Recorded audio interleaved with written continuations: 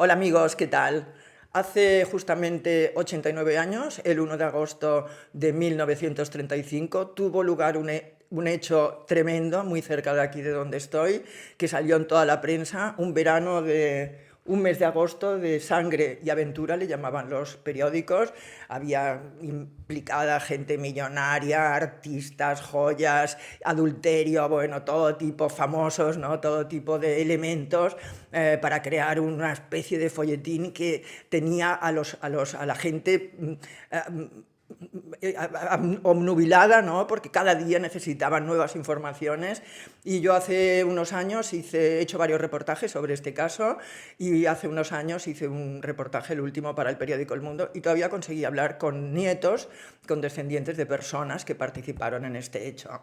Bueno, estamos hablando del Masjun. El Masjun es una casa muy bonita que todavía existe, que está cerca de Palamós. Yo estoy en Llafranc, a unos cuantos kilómetros, y el Masjun fue el epicentro, ¿no?, de un caso importantísimo, muy atractivo, ¿no?, lleno de todos los elementos románticos y también, bueno, un poco morbosos, ¿no?, que dan, bueno, que convierten estos casos en leyenda. Masjun era propiedad de José María Ser. Os deletreo cómo es Masjun por si queréis buscarlo en Google. Es una casa famosísima, se deletrea Mas, M-A-S, y luego J-U-N-Y, porque es una palabra en catalán. Y entonces el propietario era José María Ser. José María Ser era el pintor más rico, más acaudalado que había en aquella época. Había hecho los murales había hecho el vestíbulo del Waldorf Astoria, los murales de la Sociedad de Naciones de Ginebra, los del Rockefeller Center, o sea, las construcciones más impresionantes y más importantes de aquella época a nivel internacional las había hecho Ser, y era un hombre, había cobrado cantidades fabulosas por cada uno de estos trabajos. Era catalán, era de Barcelona, vivía en París, estaba casado con una rusa que se llama Misia, y Misia era una especie de relaciones públicas de su marido, ¿no? Un poco lo que luego sería Gala de Dalí, ¿no? Le ponía en contacto con gente famosa, con gente importante, hablaba con ellos, bueno, hablaba muchos idiomas, era una mujer sofisticada, se llevaban muy bien, estuvieron casados 10 años, y al cabo de estos 10 años Misia se dio cuenta de que su marido se aburría. Estaba buscando otras mujeres de pago, otro tipo de mujeres, se empezó a meter en algún lío, y Misia dijo, uy, no, yo esto lo tengo que poner orden aquí, porque esto no puede ser, con el dinero que tiene mi marido, aún nos dejarán aquí arruinados. Y entonces le dijo, óyeme, José María, tú te aburres, ¿verdad? Bueno, sí, un poco. Dice, en el matrimonio, ¿no? Sí, sí, un poquito, te confieso que sí. ¿Y qué te parece que hiciéramos un matrimonio a tres? Oh, ¿qué quieres decir? No, que podríamos meter una chica joven en el matrimonio, si a ti te parece, que sería una forma, pues, de nosotros también de que haya una nueva ilusión, ¿no? Ah, bueno, claro, ¿qué hombre diría que no a esto? Sí, sí, bueno, vale, estupendo, no te preocupes que ya te la busco yo. Y entonces se fijó en Rusi Mizbani. Rusi Mizbani era una princesa rusa, eran unos hermanos, le llamaban los fabulosos Mizbani, eran 5 hermanos que se agenciaron un título de príncipe falso, pero bueno, todo el mundo les llamaba los príncipes Mizbani, eran rusos blancos, habían huido de la Unión Soviética, y su objetivo era casarse bien, casarse con mujeres muy adineradas, eran todos muy guapos, y entonces el hermano favorito de Rusi era Alexis, que era guapísimo, que se llevaban muy poco tiempo, se parecían mucho los dos, parecían gemelos, y Alexis había estado casado, por ejemplo, con una Astor, que sabéis, una millonaria norteamericana, y con Barbara Hatton, otra multimillonaria, y los dos divorcios le habían convertido también en un hombre riquísimo. Se hacía reportajes, por ejemplo, que decían, el hombre de los 150 pares de zapatos, y se hacía una foto pues con todos unas estanterías todas llenas de zapatos, o sea que había mucha leyenda alrededor de Alexis Mizbani. Y entonces, pues la verdad es que la hermana pequeña era monísima, tenía 24 años, era dulce, era lista, era ingeniosa, la hacía todo bien, bailaba, cantaba, bueno, tenía mucha gracia, y evidentemente pues a Ser le encantó, ¿no? Tenía solo 24 años y él era un hombre ya mayor, cercano a la cincuentena. Y entonces, bueno, lo que primero tenía que ser amantes, pues claro, Rusi no se quería contentar con esto, y su hermano Alexis le dijo, oye, tú de amante nada, te has de casar con este tío, porque nosotros no estamos aquí para perder el tiempo. Y al cabo de 2 meses de este matrimonio a 3, como si dijéramos, pues a la pobre Misia le dieron la patada, y entonces Sert y Rusi se casaron. Y entonces Rusi le pidió, le dijo, oye, ¿tú qué quieres de regalo de bodas? Y Rusi dijo, bueno, pues me haría mucha ilusión una casa en esta zona tan agreste de Cataluña, allá de donde eres tú, esto que se llama la Costa Brava, me gustaría mucho, la Costa Azul es demasiado sofisticada, a mí me gustaría algo más salvaje y tal. Y bueno, el caso es que se desplazó Sert a la Costa Brava, encontró un caserón del siglo XV, lo remodeló de arriba abajo, puso cuartos de baño en todas las habitaciones, que era una cosa muy moderna en aquella época, tuvo la suerte, bueno, la audacia, esta era también de familia de arquitectos, tuvo la audacia de poner, de que fuera muy sencilla la decoración, o sea, la decoración imitaba un poco las casas menorquinas, no era una sofisticación recargada como se llevaba en aquella época, sino una cosa muy austera, y luego pues esos veranos se convirtieron en el centro de toda una sociedad cosmopolita, ¿no? Iban a pasar el verano Cocteau, Gide, Marlene Dietrich, Coco Chanel, el propio Dalí. Dalí era el hijo del notario de Figueras y también se acercaba siempre para alternar, ¿no?, con toda esta sociedad cosmopolita.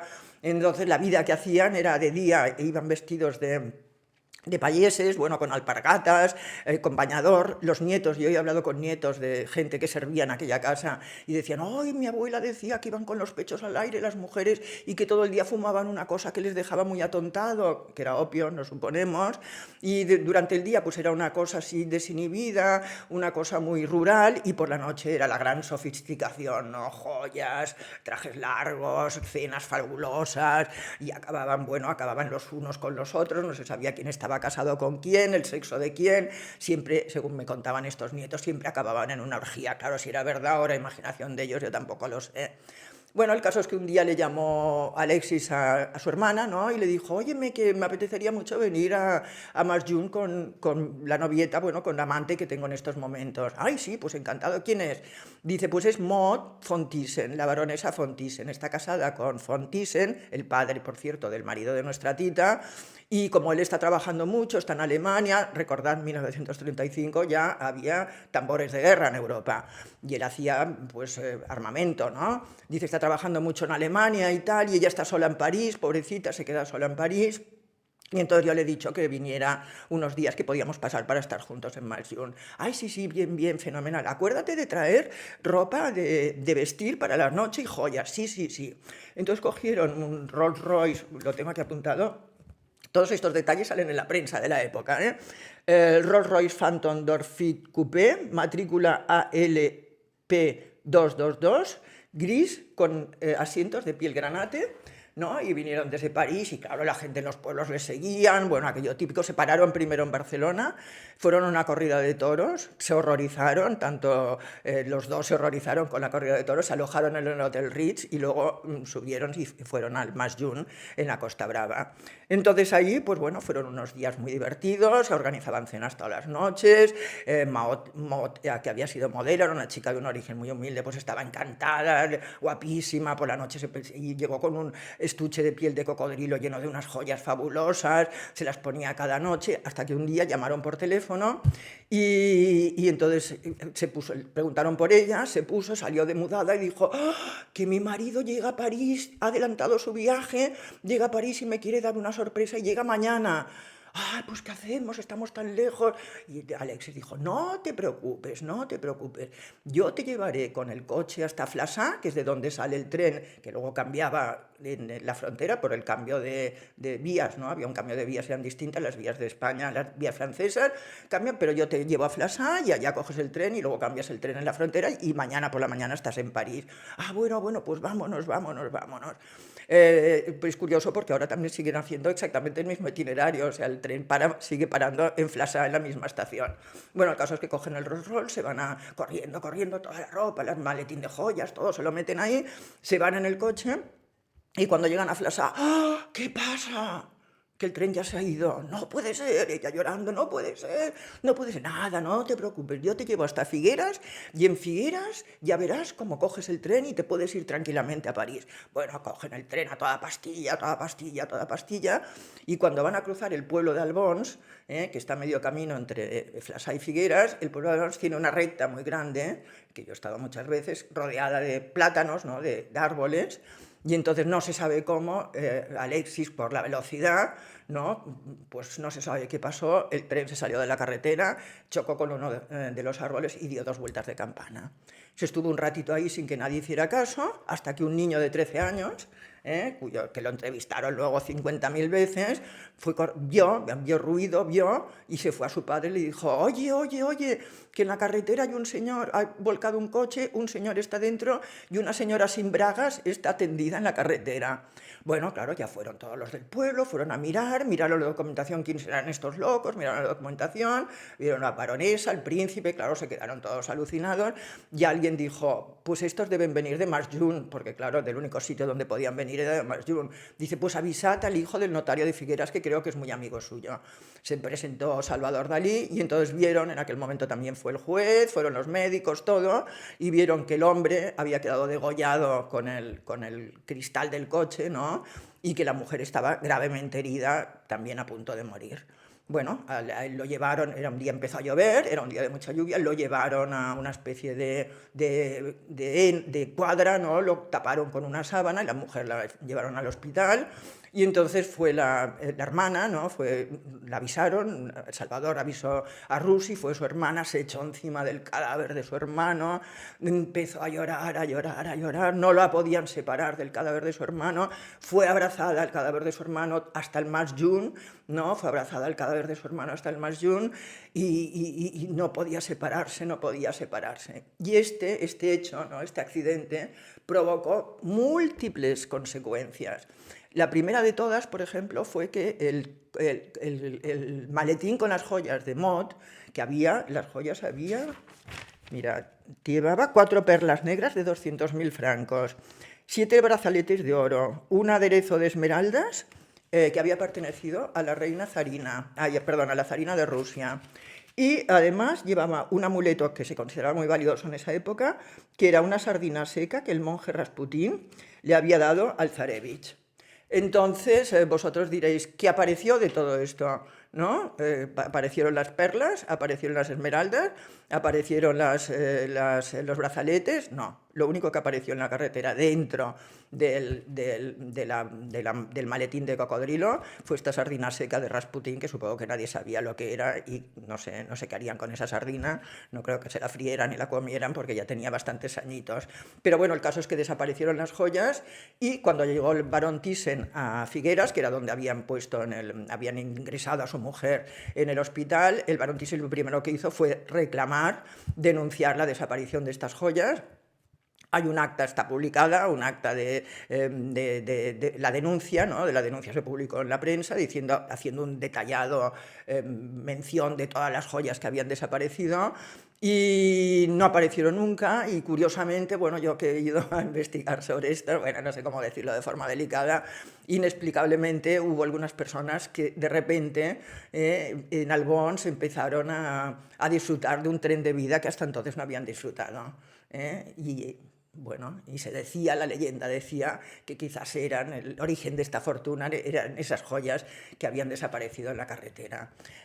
Maud realmente quedó absolutamente deformada, desfigurada por este accidente. Se le rompió el pómulo, chocó contra el cristal, se le rompió el pómulo, todos los dientes, la mandíbula, la cara esa cara tan bella que tenía le quedó absolutamente destrozada. El varón le hizo, bueno, primero sí, la vigilaba, ¿no? Estuvo con ella en el hospital de Figueras, estuvo varias semanas. Por las mañanas se iba a despachar con el propio Hitler, ¿no? Y los titulares de la prensa decían: por la mañana hace planes para bombardear Europa, y por la tarde está con su mujer. Pero bueno, al fin y al cabo ella había cometido adulterio, ¿no? Entonces él, cuando vio primero que la mujer estaba deformada y que nunca se iba a recuperar, iba siempre con velos negros, empezó a frecuentar todas las clínicas de estética rudimentarias en aquella época de Europa, siempre cubierta de velos negros para recuperar la belleza y la juventud. El varón, como era adulterio, pudo divorciarse de ella sin pasarle absolutamente nada de dinero.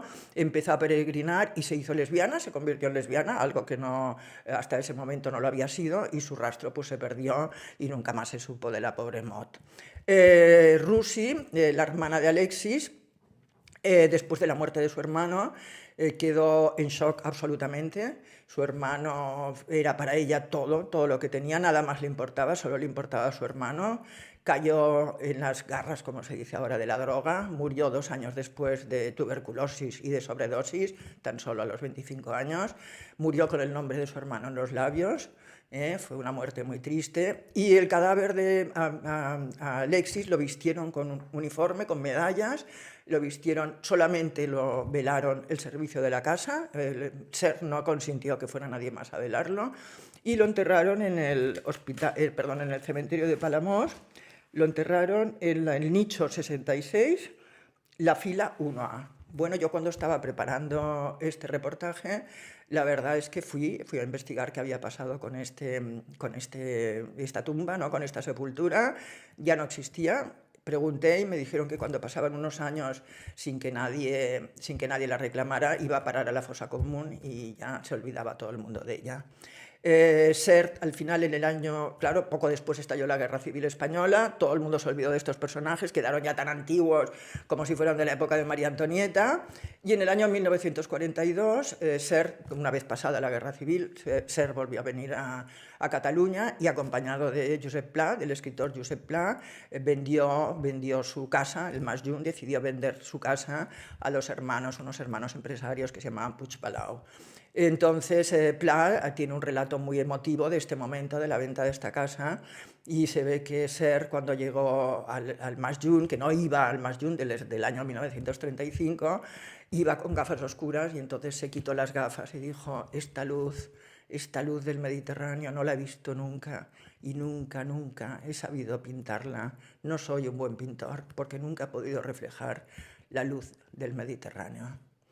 Bueno, espero que os haya gustado esta historia, ¿no?, de sangre y aventura, como lo titulaban los periódicos, y ya os iré contando más cosas de este estilo si os gustan. Os envío un beso enorme.